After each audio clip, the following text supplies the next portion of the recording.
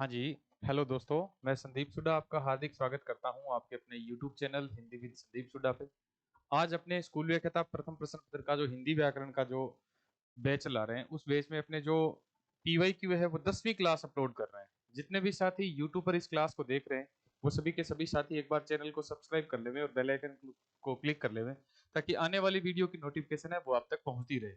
आज अपने 10वां जो पेपर कर रहे हैं, वो पेपर कर रहे हैं, उसमें जो हिंदी व्याकरण के प्रश्न है वो प्रश्न है वो स्कूल शिक्षा जो स्कूल लेक्चरर का एग्जाम है संस्कृत शिक्षा विभाग का 2018 का, जो 4 अगस्त 2020 को हुआ था पहली की पारी में। पहली पारी में जो एग्जाम हुआ था उनके प्रश्न यहाँ सोल्व कर रहे हैं अपने। इनके जो 5 प्रश्न पूछे गए थे, तो अपना टारगेट है कि 5 में से 5 प्रश्न बच्चे के सही हो जाए। ये अपना टारगेट है कि प्रश्न है वो 5 में से 5 सही हो भैया आपके। ये जो अपनी क्लास है, ये आपको मैं जितने भी स्कूल लेक्चरर के प्रथम प्रश्न पत्र में प्रश्न आए हुए हैं, आज तक आरपीएससी में जितने भी प्रश्न आए हुए हैं, वो सब यहाँ सोल्व करवाऊंगा। तो एक बार वीडियो पर बने रहें, और जितने भी साथी जो नए साथी इस वीडियो को देख रहे हैं, वो सभी के सभी साथी इस वीडियो को एक बार शेयर कर देना, ताकि और लाइक कर देना, ताकि क्या है कि बाकी भी लोगों तक ये वीडियो पहुंच सके। अपने जो शुरू करते हैं आज का वीडियो, इस वीडियो में क्या है कि जो पहला प्रश्न है वो प्रश्न है कि इनमें से किस शब्द में अनु उपसर्ग का प्रयोग नहीं हुआ है। अनु उपसर्ग का प्रयोग नहीं हुआ है, ये प्रश्न है। तो इसमें जैसे ये अन्वेषण है, अनुर्वर है, अनुकूल है और अनुच है। इसमें जैसे ये अन्वेषण है, तो इसमें तो अनु के एषण लगने से ये अन्वेषण बन रहा है, तो इसमें तो ये अनु उपसर्ग लग रहा है। ये अनुर्वर देखे ना, तो इसमें अनु उपसर्ग नहीं है। देखने में तो ऐसा लग रहा है जैसे ये अनु उपसर्ग है, लेकिन इसका जब रूप परिवर्तन करते हैं तो अन प्लस में उर्वर से मिलकर ये अनुर्वर बनता है। तो इसमें उपसर्ग कौन सा लग रहा है? तो इसमें इसमें अन उपसर्ग लग रहा है। अगर अनुकूल शब्द देखें तो अनु प्लस में कूल से मिलकर अनुकूल हो जाएगा, ये तो बिल्कुल सही है। और ये अनु के जय प्रत्यय लगने से या अनु के जय शब्द लगने से ये अनुज बन जाता है। अनु का अर्थ होता है पीछे या बाद में। इस अनु का क्या अर्थ होता है? अनु का अर्थ होता है बाद में या फिर पीछे, वो अनुर्वर होता है। जैसे सॉरी, जैसे अन्वेषणा होता है, अनुकूल होता है, अनुचर होता है, अनुगामी होता है, अनुज होता है, ठीक है, अनुसार होता है, अन्वय होता है, अन्वेती होता है, अन्वीक्षा होता है, अन्वीक्षण होता है। ये जो शब्द है ये सारे के सारे अनु उपसर्ग से संबंधित है। दो चार उदाहरण और लिख देता हूं। अनु उपसर्ग से संबंधित अन्वीक्षण है,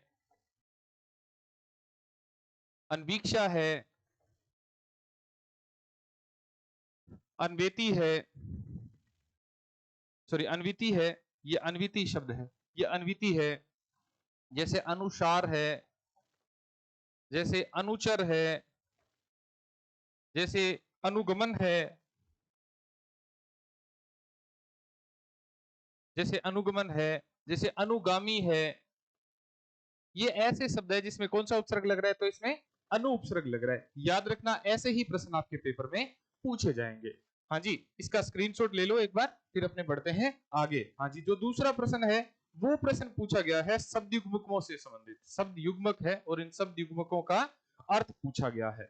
आपके एक तो प्रश्न पूछा जा रहा है उपसर्ग या प्रत्यय से संबंधित, एक प्रश्न पूछा जा रहा है संधि से संबंधित, एक शब्द युग्मकों से संबंधित प्रश्न पूछा जा रहा है कि निम्नलिखित में से किस विकल्प में शब्द युग्मक का अर्थ भेद है वो सही नहीं है। तो जैसे ये अनिष्ट शब्द है, इस अनिष्ट शब्द का जो अर्थ देखें ना, अनिष्ट शब्द का अर्थ, तो अनिष्ट का अर्थ बुरा होता है और अनिष्ट मतलब निष्ठा रहित होता है, ठीक है ना। अनिष्ट मतलब है निष्ठा रहित होता है। ये जो अनिष्ट शब्द है इसमें अन उपसर्ग हो जाएगा भाई। अनिष्ट है इसमें तो अन उपसर्ग हो जाएगा, और ये जो अनिष्ट है इसमें अ उपसर्ग हो जाएगा। अ प्लस में निष्ठ से मिलकर क्या बनता है? ये अनिष्ट बनता है। एक उपसर्ग और देखें तो इसमें कौन सा उपसर्ग हो रहा है? तो इसमें निष्ठ उपसर्ग हो रहा है। अभिज्ञ इंपोर्टेंट बहुत है अभी, बहुत बार पेपर में पूछा जाता है। इसमें उपसर्ग कौन सा आ रहा है? तो इसमें अभी उपसर्ग आ रहा है, ठीक है ना। और अभिज्ञ अभिज्ञ में दो उपसर्ग आ रहे हैं, ठीक है। अभिज्ञ का अर्थ जानकार होता है और अभिज्ञ का अर्थ अनजान होता है। अभिज्ञ में अ उपसर्ग भी है, अभिज्ञ में वी उपसर्ग भी है, और ज्ञ मूल शब्द है इसमें। तो इसमें दो उपसर्ग है। अभिज्ञ में कौन सा उपसर्ग है? तो अभी उपसर्ग है। अभिज्ञ का विलोम शब्द याद कर लेना, आपके पेपर में पूछा जा सकता है। अभिज्ञ का विलोम शब्द होता है अनभिज्ञ, न कि भिज्ञ होता है। भिज्ञ नहीं होता, अनभिज्ञ होता है। अनभिज्ञ में उपसर्ग कौन कौन से होते हैं? एक तो अन उपसर्ग है और एक अभी उपसर्ग है। और इसमें मूल शब्द कौन सा हो जाएगा, तो इसमें मूल शब्द गे हो जाएगा, ये वाला हो जाएगा। शम शम का मतलब होता है शांति, सम का मतलब समान होता है, बिल्कुल सही है ये जो कुछ है, कुछ का मतलब है, कुछ का मतलब प्रस्थान नहीं होता, कूच का मतलब प्रस्थान होता है, ये सही है। और कुछ का मतलब होता है स्तन होता है, कुछ का मतलब स्तन। कच का मतलब बाल होता है, कच का मतलब क्या होता है, बाल होता है। कुछ का मतलब क्या होता है, स्तन होता है। पूछ का मतलब क्या होता है, प्रस्थान होता है। तो ये ऑप्शन गलत हो जाएगा। इसका ऑप्शन कौन सा गलत है, तो ऑप्शन नंबर 4 गलत है। ठीक है ना, इसका स्क्रीनशॉट ले लेना। आपने बढ़ते हैं आगे। हाँ जी, ये स्क्रीनशॉट ले लेना ताकि आप आगे जो एग्जाम है उन एग्जाम में आपके जो प्रश्न है वो बहुत महत्वपूर्ण है, बहुत महत्वपूर्ण प्रश्न पूछे जाएंगे आपसे संबंधित। ये बहुत महत्वपूर्ण आपके लिए प्रश्न बन रहे हैं। इतने महत्वपूर्ण प्रश्न है कि सीधे सीधे, अब देखो, एक तो उपसर्ग प्रत्यय से संबंधित प्रश्न आ रहा है, एक शब्द भंडार से संबंधित प्रश्न आ रहा है कि पर्यायवाची विलोम शब्द शब्दगुण इससे संबंधित प्रश्न आ रहा है, और एक शब्द शुद्धि या वाक्य शुद्धि से संबंधित प्रश्न आ रहा है। अब जो शब्द शुद्धि है ना, शब्द शुद्धि वाले प्रश्न ये बहुत महत्वपूर्ण है। ये पारितोषिक बिल्कुल सही है, लेकिन ये गत्यावरोध नहीं होता, ये तो गत्यवरोध होता है। ये क्या होता है, तो ये गत्यवरोध होता है। इसका संधि विच्छेद करें ना, तो गति प्लस में अवरोध से मिलकर गत्यवरोध होता है ये। और ये कौन सी संधि के तहत हो रहा है, तो ये यण संधि के तहत हो रहा है। कौन सी संधि के तहत हो रहा है, ये तो यण संधि के तहत हो रहा है। ये वाला गलत हो जाएगा। इसके स्थान पर शुद्ध कौन सा हो जाएगा, तो गत्यवरोध हो जाएगा। जो अगला है प्रज्वलित, बिल्कुल शुद्ध है, प्रज्वलित बिल्कुल शुद्ध है, लेकिन यह त्योहार अशुद्ध है। त्योहार के स्थान पर जो शुद्ध हो जाएगा वो त्योहार, ये वाला शुद्ध होता है भाई। ठीक है, स्क्रीनशॉट ले लेना, बहुत महत्वपूर्ण है ये वाले। ये जो श्रृंखला है, ये श्रृंखला ऐसे नहीं होता अभी, श्रृंखला श्रृंखला तो ऐसे होता है। ये श्रृंखला शब्द है। इनमें पूछा गया कि सभी सभी शब्द शुद्ध है, इसमें ये शुद्ध अशुद्ध आ गया, इसमें ये शुद्ध अशुद्ध आ गया, इसमें दोनों के दोनों शब्द अशुद्ध है। श्रृंखला शब्द ये होता है। आशीर्वाद शब्द देखें तो आशीर्वाद ये होता है, और आशीर्वाद में संधि कौन सी हो रही है, तो विसर्ग संधि हो रही है। इसका संधि विच्छेद करें तो आशीर्वाद का संधि विच्छेद होता है आशी प्लस में वाद से मिलकर आशीर्वाद। दोनों ही शब्द गलत है। ये अत्युक्ति बिल्कुल सही है, निर्वलंब बिल्कुल सही है, ये वाला ऑप्शन सही हो जाएगा। निर्वलंब ये वाला सही हो जाएगा। ठीक है, अत्युक्ति का संधि विच्छेद करें तो अति प्लस में उक्ति से मिलकर अत्युक्ति होता है। ठीक है, कौन सी संधि के तहत होता है, ये यण संधि के तहत होता है। और ये जो निर्वलंब है, ये कौन सी संधि के तहत बन रहा है, तो ये विसर्ग संधि के तहत बन रहा है। ये नी प्लस में अवलंब से मिलकर निरवलंब है, और ये कौन सी संधि के तहत हो रहा है, तो ये विसर्ग संधि के तहत हो रहा है। जो भी प्रश्न है वो सारे के सारे एक बार इनका स्क्रीनशॉट ले लेना। बाद में जब एग्जाम हो तो एग्जाम में ये प्रश्न आपका जब भी फ्री माइंड हो तो आप इसको पढ़ सकते हैं। बहुत महत्वपूर्ण उदाहरण है ये। ठीक है ना, इसमें कौन सी संधि हो रही है ये भी मैं आपको बता रहा हूँ। इसमें ये भी बता रहा हूँ कि इसमें शब्द कौन सा सही है कौन सा नहीं है। इसके अलावा ये भी बता रहा हूँ कि संधि और संधि का विच्छेद भी कौन कौन सा हो रहा है। हर एक प्रश्न का अपने पूरा विश्लेषण करते हैं। ठीक है ना, इस पारितोषिक शब्द में अगर पूछा जाए ना उपसर्ग कौन सा हो रहा है, तो इस पारितोषिक शब्द में परि उपसर्ग है, क्योंकि इसका जो शब्द बन रहा है ना वो परितोष के एक प्रत्यय लगने से पारितोषिक बनता है, तो परि उपसर्ग आ जाएगा इसमें। ठीक है ना, इसमें उपसर्ग कौन सा आ जाएगा, तो इसमें परि उपसर्ग आ जाएगा। इसमें कौन सा उपसर्ग है, तो इसमें प्र उपसर्ग है। इसमें कौन सा उपसर्ग है, तो अति उपसर्ग है। इसमें कौन सा उपसर्ग है, तो निर उपसर्ग है। ठीक है, एक दूसरा उपसर्ग कौन सा है, तो अव उपसर्ग है इसमें दूसरा उपसर्ग। ठीक है ना, कौन सा है, तो अव उपसर्ग हो जाएगा। ठीक है, एक बार स्क्रीनशॉट ले लो, अपने बढ़ते हैं आगे।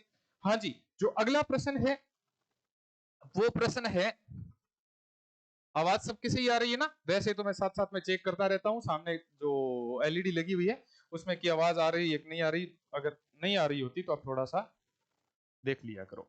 हाँ जी, सहकर्मक क्रिया नहीं है, आपको बताया गया है। क्या किसे किसको के संबंध में काल्पनिक प्रश्न करेंगे, अगर उत्तर हाँ में आ जाएगा तो सहकर्मक क्रिया होती है, ना में आ जाएगा तो अकर्मक क्रिया होती है।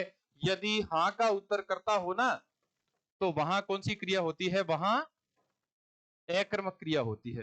किसान क्या काट रहे हैं, फसल काट रहे हैं। किसे या किसको काट रहे हैं, फसल को काट रहे हैं, बिल्कुल सहकर्मक क्रिया है। ठीक है, बच्चे क्या उड़ा रहे हैं, पतंग उड़ा रहे हैं। किसे या किसको उड़ा रहे हैं, पतंग को उड़ा रहे हैं, बिल्कुल सहकर्मक क्रिया है। पक्षी आकाश में उड़ रहे हैं, पक्षी क्या उड़ रहे हैं, किसे या किसको उड़ रहे हैं। चलो जवाब आ गया कि उड़ रहे हैं, क्या उड़ रहे हैं, तो पक्षी उड़ रहे हैं। लेकिन हाँ का जवाब अगर करता आ जाए तो वहां कौन सी क्रिया होती है, अकर्मक क्रिया होती है। सहकर्मक क्रिया का कौन सा उदाहरण नहीं है, तो ये नहीं है भाई। ठीक है, मजदूर क्या पी रहे हैं, मजदूर चाय पी रहे हैं। किसे या किसको पी रहे हैं, चाय को पी रहे हैं। तो इन तीनों में तो सहकर्मक क्रिया है, और इस जो 3 नंबर का ऑप्शन है इसमें कौन सी क्रिया हो जाएगी, तो इसमें अक्रमक क्रिया हो जाएगी। बहुत महत्वपूर्ण उदाहरण है।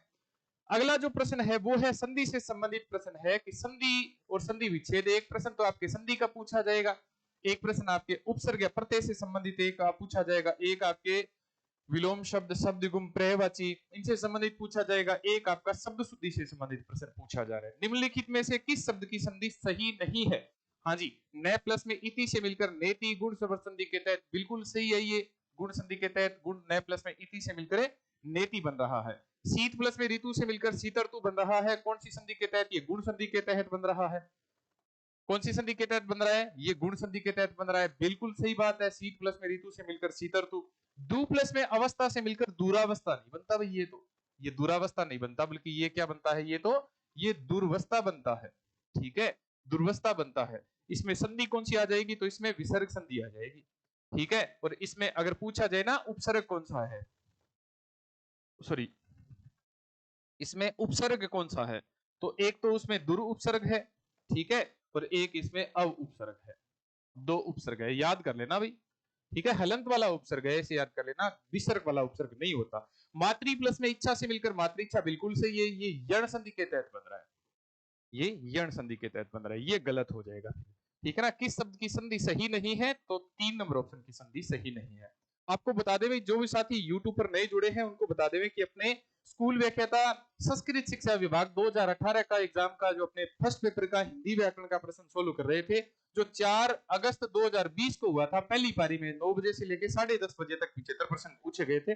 उन प्रश्नों का आपने यहाँ सोल्यूशन किया है। आपको ये प्रश्न कैसे लगे, कैसी आपको क्लास लगी, ये कमेंट बॉक्स में जरूर लिखा करो। आपके जो कमेंट है वो हमारे लिए बहुत महत्वपूर्ण होते हैं। आपको ये क्लास कैसी लगी, आपको ये जो प्रश्न है, ये प्रश्न अपने सभी साथियों को भी शेयर किया करो ताकि उनका भी फायदा हो, ज्यादा से ज्यादा बच्चों तक ये वीडियो पहुंचे, ज्यादा से ज्यादा बच्चों तक पहुंचने के साथ उनका भला हो, यही उम्मीद के साथ अपने विराम देते हैं इस क्लास को। अगली क्लास में एक बार फिर अपने प्रश्न लेके आएंगे, स्कूल व्याख्याता प्रथम प्रश्न पत्र हिंदी के प्रश्न लेके आएंगे जो आपके लिए बहुत महत्वपूर्ण होंगे। ये जो क्लास है, ये क्लास आपके लिए बहुत महत्वपूर्ण है भी। इसके अलावा आपको बता दें कि जो अपने एक पढ़ाई संसार ऑनलाइन ऐप भी चल रही है, ठीक है ना, जो भी साथी स्कूल व्याख्याता की तैयारी कर रहे हैं, जिनकी हिंदी स्ट्रॉन्ग नहीं है और वो ये चाहते हैं कि हमें स्कूल व्याख्याता के प्रथम प्रश्न पत्र में हिंदी में से 4 में से 4 या फिर 5 में से 5 प्रश्न सीख रहे हैं, तो गूगल प्ले स्टोर से ये ऐप भी डाउनलोड कर सकते हैं और इस ऐप पर सारे के सारे वीडियो कंटेंट है वो आपको मिल जाएंगे सामान्य से शुल्क में। सामान्य से शुल्क में ये जो सारे वीडियो कंटेंट आपको स्कूल व्याख्याता प्रथम प्रश्न पत्र के मिल जाएंगे।